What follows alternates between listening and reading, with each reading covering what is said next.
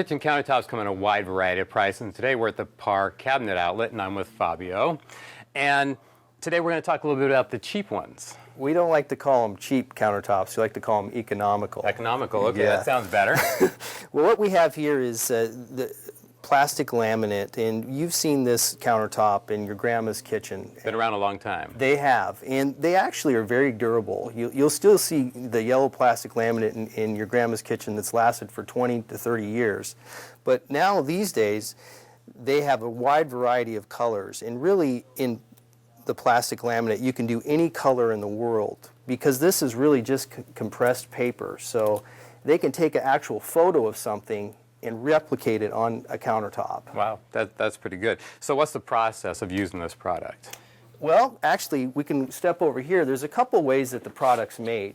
The first three that you see on this chart are made in a production facility. So they're made typically for straight-run kitchens, like your typical L-shaped kitchen, and they're very easy to install. Then you also have, as you come down here, what's called a flat lay countertop, which is more of a custom-made countertop. So if you're going to do a curve in a kitchen or an angle, and this kind of a countertop's actually applied in the field. Whereas these are made in a production facility, this is actually gone out in the field with sheets of laminate, and they come in various sizes and laid actually in the field. And what's the material that the laminate's going on nowadays? Well, it can either be put on the a particle board backing or a plywood backing, depending on the application. Sometimes in a real wet environment, they'll use plywood, but typically on a kitchen countertop, they're going to use just a particle board backing. Okay.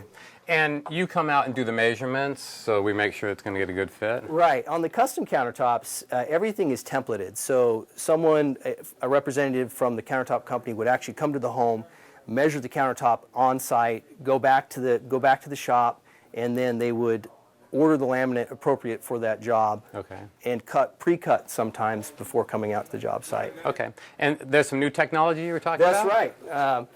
This is really new. Typically on a laminate countertop, you'll see sinks that are a top mount sink, so you'll have that silicone seam around the edge. But this is a new technology where it's actually an undermounted sink, and it's applied from underneath. You can see how it's actually silicone underneath, so it gives a virtual seamless system, and it doesn't allow for moisture to get inside or underneath into that backing board. So the sink on this is actually integrated. It's an actual part of the entire counter. Right, right. Which is often seen a lot in the solid surface countertops like Corian, for example. So this is really a step up for Formica laminate. And cleaning on most of Formica is fairly simple? It is. It is. You know, I use Windex typically, but soap and water can be used. You don't want to use a real strong cleaner like a bleach or anything because it is compressed paper. Okay. But you know, just a basic soap and water will clean it just fine. Okay.